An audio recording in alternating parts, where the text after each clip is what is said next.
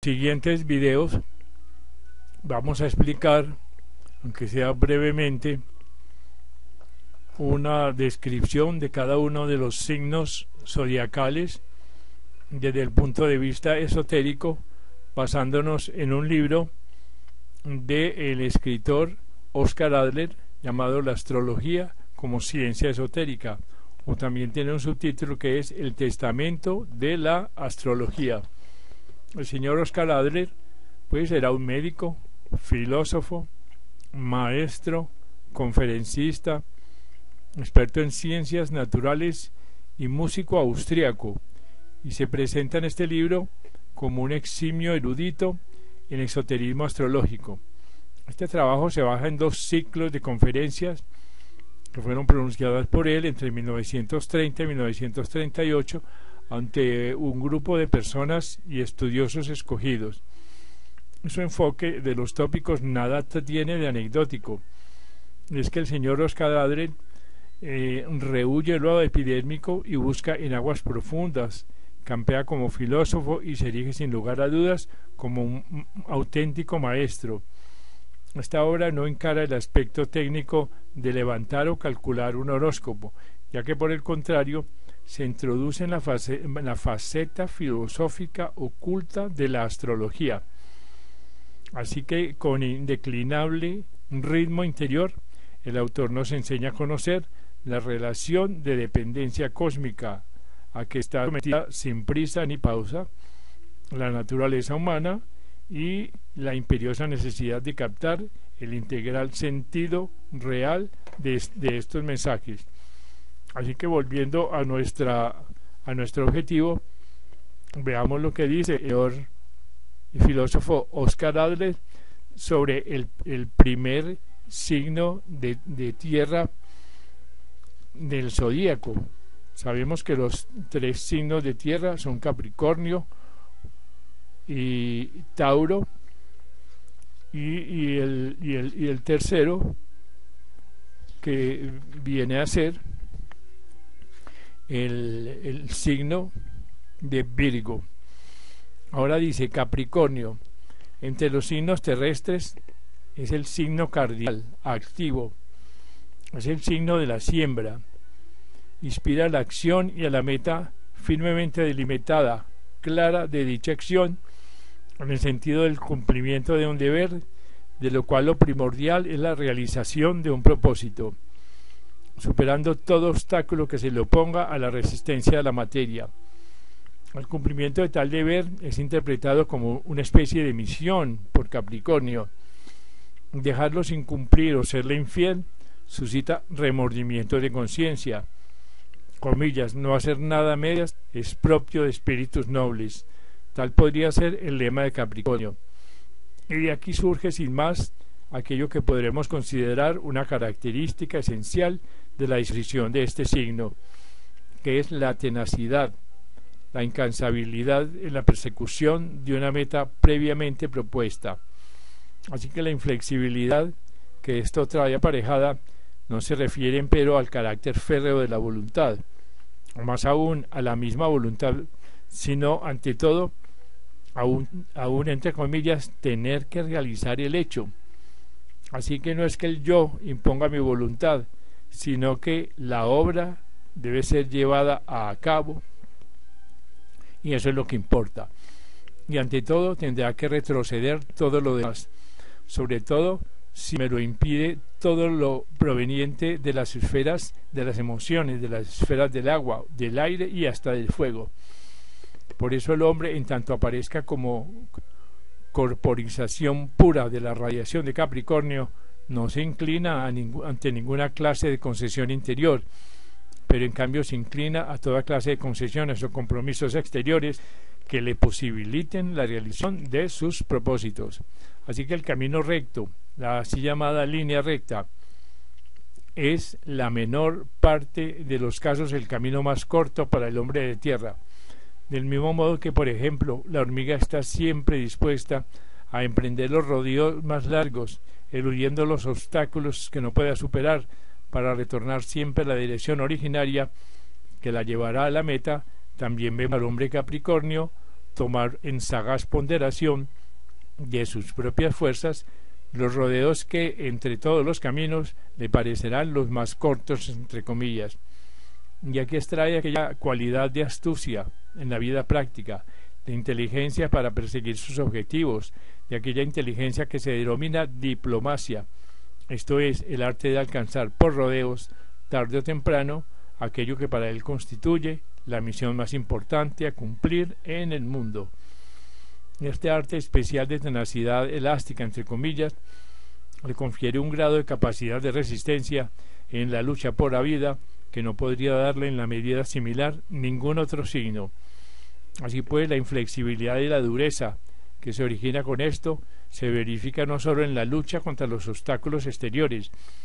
sino también con las resistencias internas, mostrándose especialmente en la tendencia a reprimir el momento sentimental que aparece bajo la forma de estados de ánimo, no sean caprichos, etcétera, y que tanta importancia tiene en el hombre de agua. Así que el hombre Capricornio procura evitar la influencia de tales impulsos sobre su actuar. Así que los sentimientos deben quedar en la esfera de lo privado, a nadie le importan, y será su estilo de vida el poder ocultarlos a voluntad, hasta que se pueda hablar en este caso de cierto pudor ascético del alma. Es por eso que el hombre Capricornio podría aparecer a menudo como un individuo frío, pobre de sentimientos, simplemente porque no se muestra fácilmente dispuesto a conferir a las cuestiones psíquicas un espacio tan extenso como por ejemplo en el caso del hombre de agua. Por eso el hombre Capricornio comparte esta cualidad con los demás signos de tierra, pero tiene conciencia de ella casi como de un deber a cumplir, el deber de no dejarse apartar de su línea principal por cosas tan secundarias, entre comillas. Y de esto resultan importantes consecuencias que se confieren especialmente a su conducta con sus semejantes. Podremos comprender sin más, y se trata de una característica esencial del hombre Capricornio, que le importe especialmente lograr y conservar cierta independencia, sobre todo psíquica, tanto de los propios procesos psíquicos como en los ajenos. Así que este deseo de independencia no es la expresión de impulso de libertad, como lo veremos en el signo de fuego, sino que simplemente es expresión emanada de un mandamiento práctico. Así que de acuerdo con esto podemos ver que el hombre Capricornio no se muestra afecto a dejarse imponer obligaciones que no puedan ser expresadas claramente en formas de convenio jurídico. Es para él doloroso el no poder alcanzar una cosa por sus propios medios, de modo de tener que sentirse constantemente en deuda impagable, de comillas, claro pacto, claro amistad. Tal es el lema del hombre del Capricornio. Es por eso que uno de los signos infaltables del carácter del hombre Capricornio es el de proferir, agradecerse a sí mismo todo lo que ha alcanzado, vale decir, de sentirse y ser un hombre hecho por sí mismo. Es precisamente por esto que prefiere asumir él solo, sin compartirla con nadie, la responsabilidad de sus actos. Es con esta conciencia de su responsabilidad que a su vez se fortalece su autoestimación y la conciencia de su propio valer, y es también en este sentido que quiere ser estimado por sus semejantes. Pues esta es una de las principales cualidades de Capricornio. Bien es de notar que para Capricornio, en el grado en que se amplía el círculo de su actividad, cuya expansión constante e intensificación constituyen para él, en su calidad de modalidad terrestre activa, factores de especial importancia, crece también su deseo de asumir cada vez mayor responsabilidad, y así adquiere la idoneidad especial para convertirse en conductor responsable de todas las empresas que ha puesto en marcha. Se origina de este modo un tipo especial de ambición que podríamos llamar en este sentido una ambición moral, en tanto esta ambición aspira a ser medida según el grado de rendimiento real, especialmente del rendimiento útil, y ello determina una conexión típica, característica del hombre Capricornio con sus semejantes, o sea, una conexión que en primera línea se refiere a los hombres, que pueda aquel poner al servicio de su trabajo, el cual trabajo a su vez es emprendido en favor de una empresa mayor. Es así que puede aparecer como un señor de aquellos de quienes en realidad se siente servidor. En tanto sea mayor el número de gente que participe en su trabajo, en esta relación de servicio singular, basada en la reciprocidad, el número de gente de la que en realidad dicho hombre Capricornio es el comandante,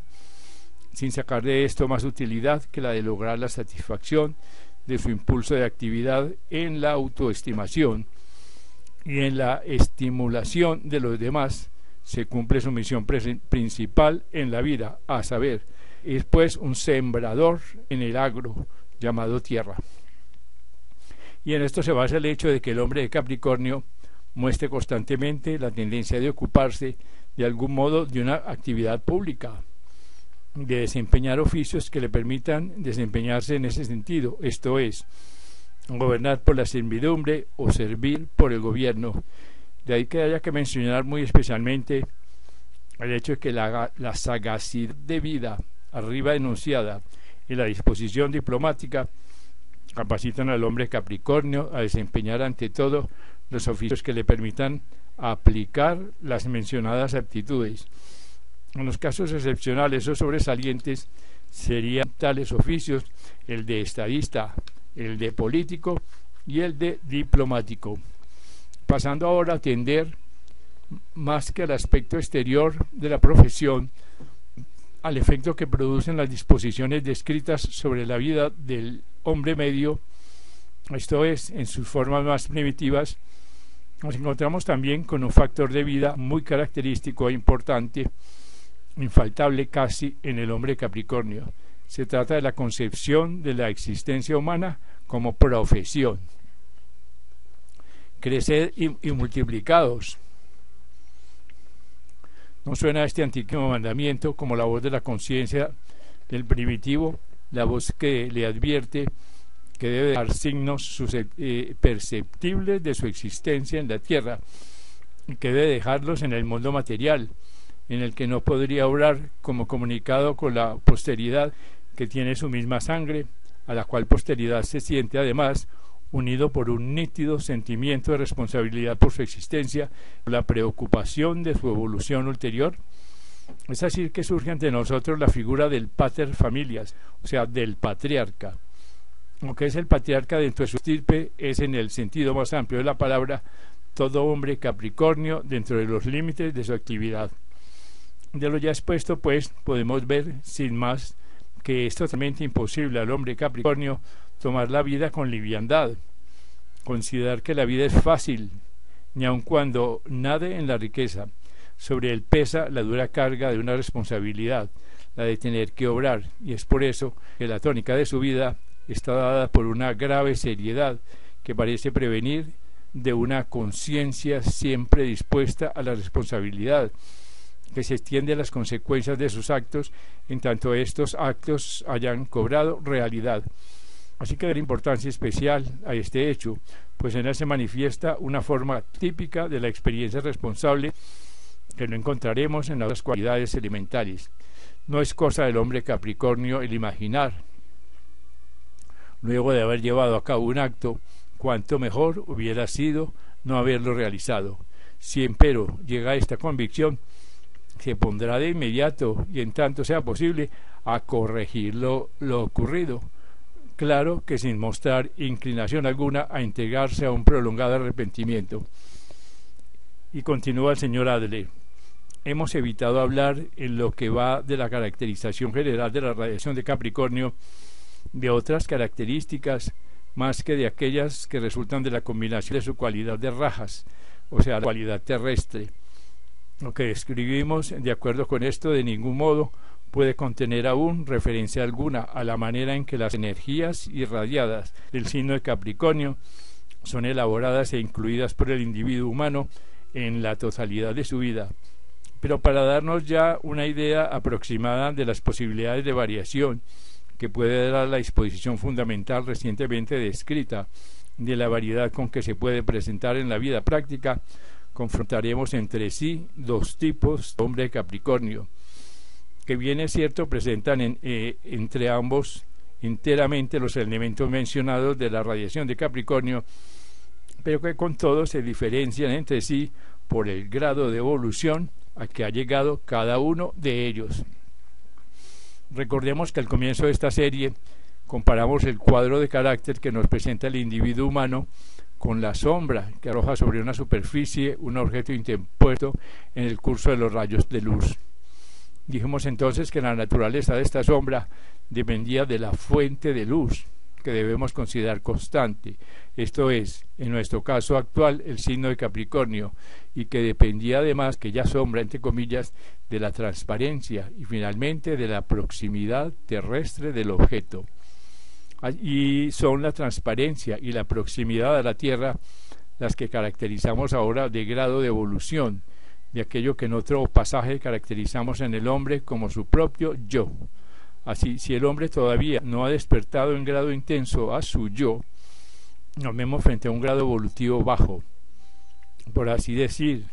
y es en este caso el de la Tierra más fuerte en el divino, y el embrión de Dios está todavía muy lejos de su segundo nacimiento, tal y como lo escribimos en la cuarta conferencia de la primera serie. Más lejos que en otro caso, podemos pues muy bien hablar de un tipo menos y otro más evolucionado de Capricornio. Y pregunta el señor Adler, ¿en qué se diferencian entre sí estos dos tipos? Hemos conocido dos elementos astrológicos fundamentales que pueden ayudarnos a captar lo esencial de esta diferencia. Toda ascensión en lo evolutivo es posible únicamente por la recepción de aquellos impulsos que nos acercan a la comunión con el universo, preservándonos de este modo del aislamiento, del estancamiento en nuestra propia etapa evolutiva. Así que toda evolución ascensional exige, de acuerdo con esto, la constante realización de un sacrificio evolutivo, sacrificio que consiste en la disposición de abandonar de continuo y jubilosamente todo apego al peldaño ya alcanzado, para mantener vivo en nuestra conciencia el hecho de que estemos donde estemos, no somos más que una parte de un todo superior. Así que astrológicamente esto nos da por dos factores. Primero, el uno consiste en el hecho de que, como dijimos la última vez, dos signos se enfrentan su opuesto en una relación de complemento. Y aquí resulta inmediatamente que la ayuda más poderosa que le llega al tipo humano situado bajo la influencia de la radiación de Capricornio en su evolución superior debe provenir de la radiación de Cáncer. Así que Capricornio y Cáncer son pues recíprocamente los auxiliares más importantes uno del otro en la evolución ascensional, y todavía veremos la próxima vez al tratar de los signos de agua qué es lo que tiene que aprender Capricornio de Cáncer y viceversa. Así que Cáncer de Capricornio para complementarse recíprocamente por complementación.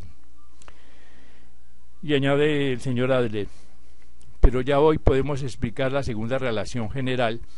que resulta de la idea del propio zodíaco como figura arquetípica del ser humano, en tanto cada uno de los signos aislados del zodíaco significa un órgano incluido en tal figura humano, órgano cuyo sentido solo podrá ser comprendido en su relación de dependencia con el organismo total. Como se mencionaba en días pasados, Capricornio corresponde a la rodilla, entre comillas, del hombre, a la rodilla como la radiación de Capricornio vivida en forma interiormente y corporal. Cuanto más íntima y profundamente captamos el sentido de esta radiación en relación con la figura cósmica arquetípica del hombre, tanto más evidente nos resulta lo que en lo referente al tipo de Capricornio quieren decir las caracterizaciones de superior o inferior. Y pregunta el señor Adler, ¿qué significa la rodilla? ¿Qué significa arrodillarse? La rodilla es aquella parte del cuerpo humano a la cual se adhieren los músculos que elevan. Tomemos esta palabra por de próximo en sentido corporal, que elevan al hombre cuando éste escala, por ejemplo, una montaña, que lo elevan y le ayudan a doblar y estirar alternativamente la tal rodilla, entre comillas. De modo que las fuerzas que se ponen de manifiesto en la función de la rodilla son las de flexión y extensión, del relajamiento y estiramiento, Y entre estas dos fases de la ascensión está aquello que decide sobre lo alto y lo bajo, entre comillas. De este modo, Capricornio se convierte en signo de aquello que quiere rebajar a los otros para elevarse a sí mismo, o de aquello que se rebaja a sí mismo para elevar a los otros, sino de aquello que con su carga pesa sobre los demás para convertirlos en sirvientes suyos, o de aquellos que se convierte en portador voluntario de toda carga para llevarla consigo hacia arriba. No puede dudarse en sentido esotérico acerca de cuál de los dos extremos es el que caracteriza al hombre superior,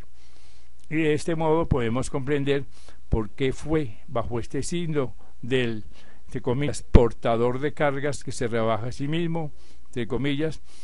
que nació el hombre más alto, el hombre que enseñó el sentido más profundo de este signo. Y agrega entre comillas, mas Jesús, llamándoles, les dijo: sabéis que los que se ven como príncipes entre las gentes se enseñorean de ellas, y los que entre ellas son grandes tienen sobre ellas potestad. Mas no será así entre vosotros. Antes cualquiera que quisiere hacerse grande entre vosotros será vuestro servidor, y cualquiera que vosotros que quisiera hacerse el primero será siervo de todos. Porque el Hijo del Hombre tampoco vino para ser servido, mas para servir y dar vida en rescate por muchos. Cierra comillas. Así pues nos encontramos aquí frente a un sacrificio similar al descrito en relación con el signo de Aries, solo que aquello que se opera por el sacrificio de Capricornio se produce en el plano físico, en el plano de la labor agrícola, en el reino de la tierra. Y así se comprende que en una época en que este conocimiento comenzaba a difundirse en la humanidad, la fijación del comienzo del año y con ella la cuenta del tiempo en general cambiaran, de modo que a partir de entonces el comienzo del año se contase con la entrada al sol en el signo de Capricornio. Pero ya en la antigua Roma había una organización que era muy adecuada para concretar bastante esta doctrina de Capricornio. Por la época de la entrada del sol en el signo de Capricornio, que es el solsticio de invierno, se festejaba en la antigua Roma la fiesta de los Saturnales. Así que Saturno, dios de la siembra, es a la vez el nombre del planeta que, como ya sabemos, debe ser considerado el señor de este signo. Fue pues Saturno el que dio su nombre a dicha fiesta, y durante la celebración de ella subsistía la costumbre de liberar a los esclavos y convertirlos simbólicamente en señores, de comillas, ya se sentaban a la mesa del banquete y eran servidos por sus propios señores. Y ahora, antes de apartarnos del signo de Capricornio, refirámonos brevemente a la forma en que el hombre de Capricornio, aún no despierto a lo elevado, recibe y elabora esta radiación.